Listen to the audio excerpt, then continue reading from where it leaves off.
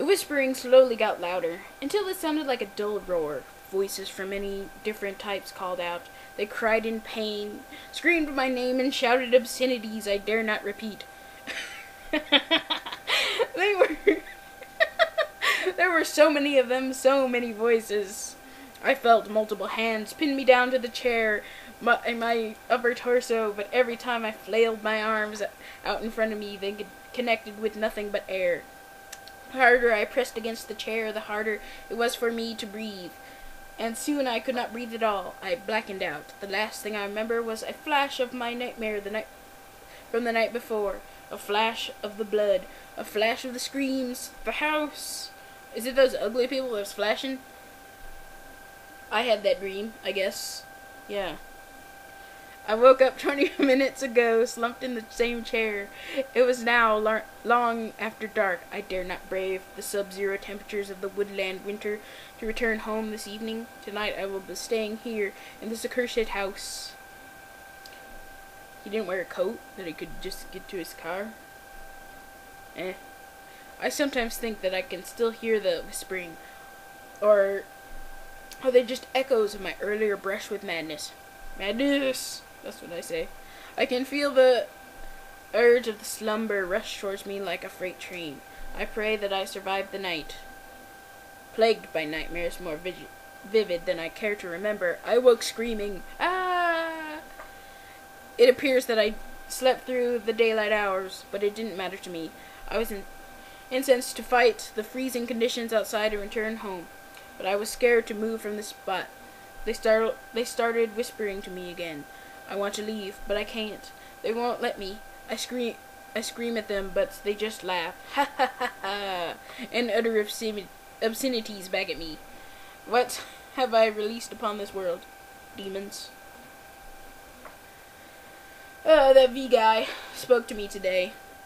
It is he who is spoken of in Exmortis. With every word he whispers into my mind, I tremble as if my soul has been shaken to its core. I've been here for over a week now. Surely someone must be looking for me by now. Nah, nobody cares.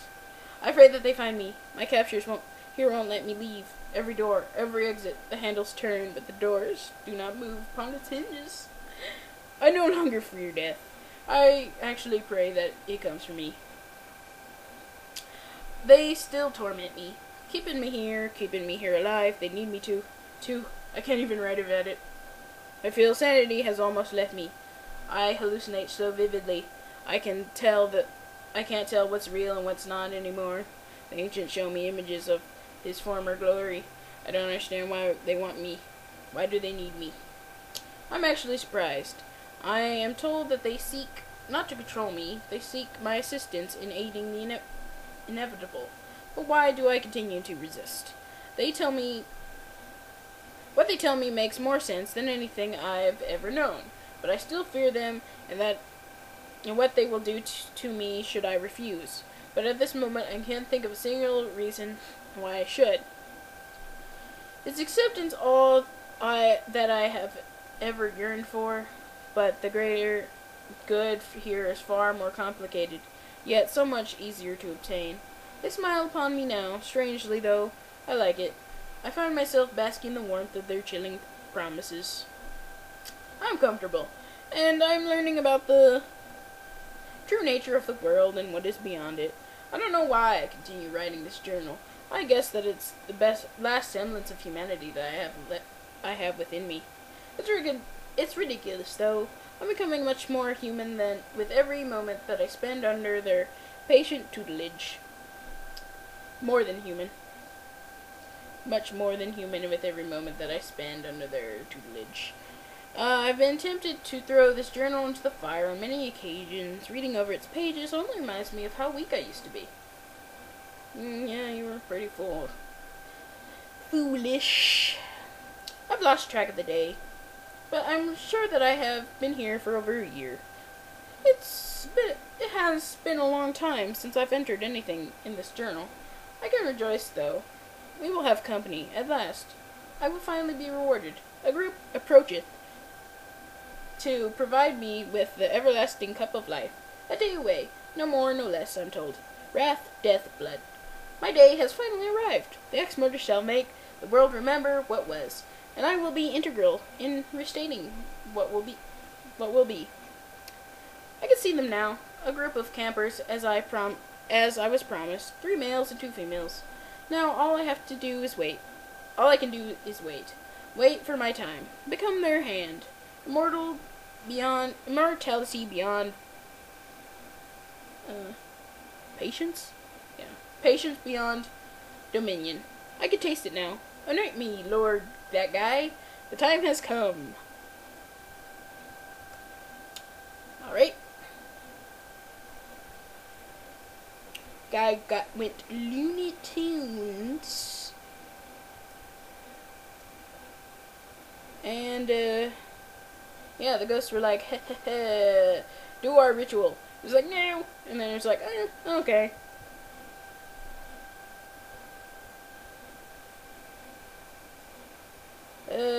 Blood on the floorboards. So if he did this, where's the demon god? Where is he? I'm thirsty as hell now.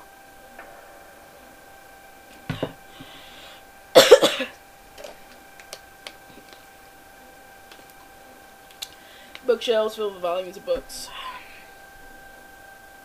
Oh man. Shelf filled with miscellaneous books on the occult. In folklore, that would be my dream library. Various myths and legends of random ass people around the world. And also various kooky, cults and their myths and legends and things like that. Just like, oh, there's a corpse here. I didn't even see it. How's everyone harmed? How's this turning out to be a graveyard? No electricity. Curses. Curses. Something very unnerving about this sculpture. Yeah. The word remember is smeared in blood on this mirror. What the hell am I looking for here? What can I click on?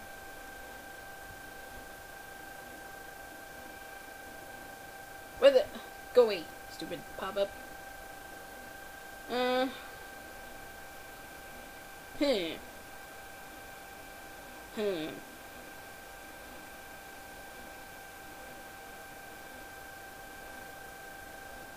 Well, that long prose didn't really give me any kind of clue on what I'm doing.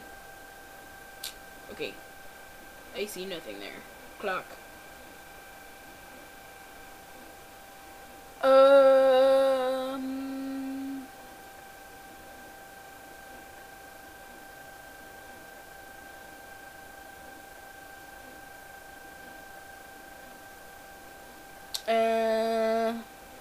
I can make nothing out of this. Jumbles of nothingness. Seriously though, what's in here? Besides a... Oh, wait. Okay.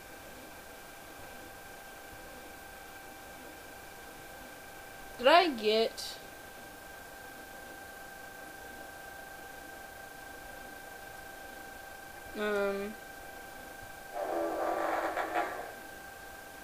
Oh yeah, he had something on his head.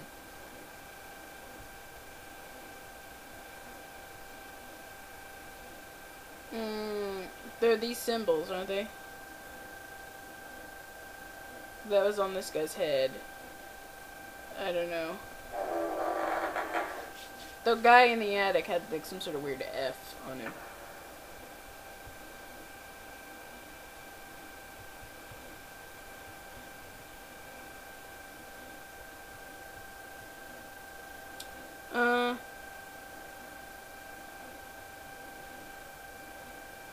AB something.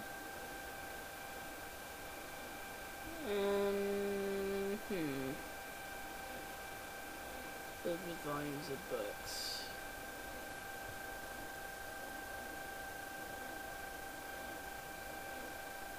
Huh.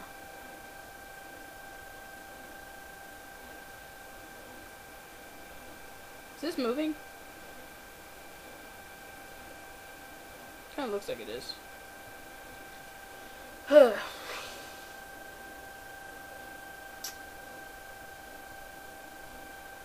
You know what? I still forgot to use the bathroom. Just random thought. Oh, there we go. Oh, no, no, no readings, please.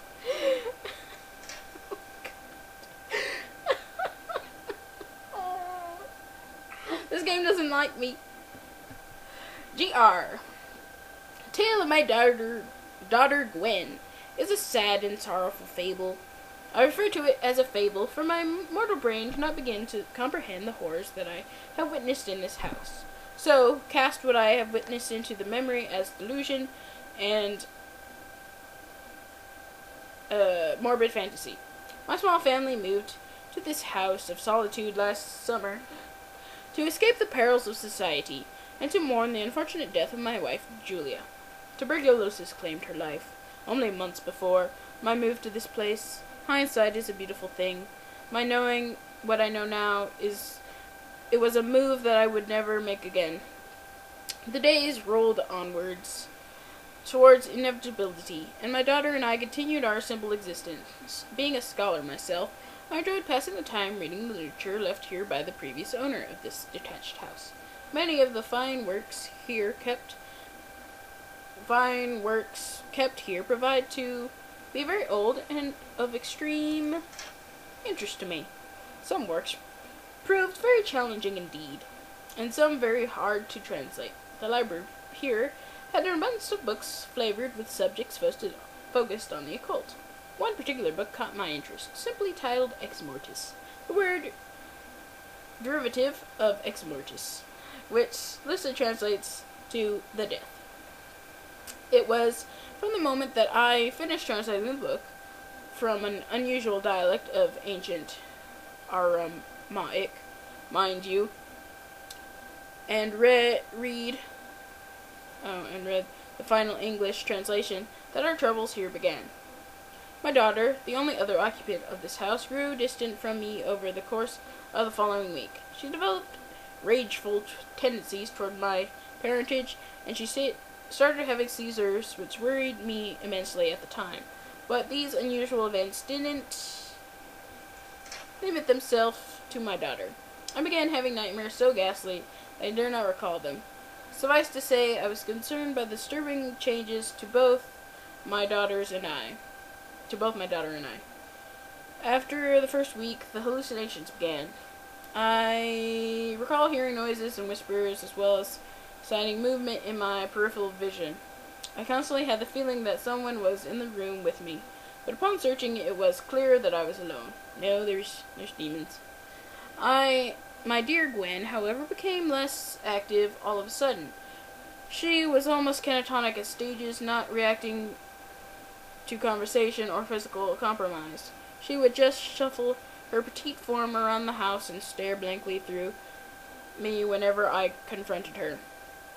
I was shortly after a month of this behavior that I began to notice certain physical changes in my daughter. She seemed withered in her appearance, but her face would at times seem bloated and twisted horribly. It wasn't until a fleeting moment in the day that my hope was crushed forever. My darling Gwen broke free from this new personality that had gripped her for months. She screamed and cried for me to help her, to save her from the monsters that now plagued her body. Okay, I gotta cut the video.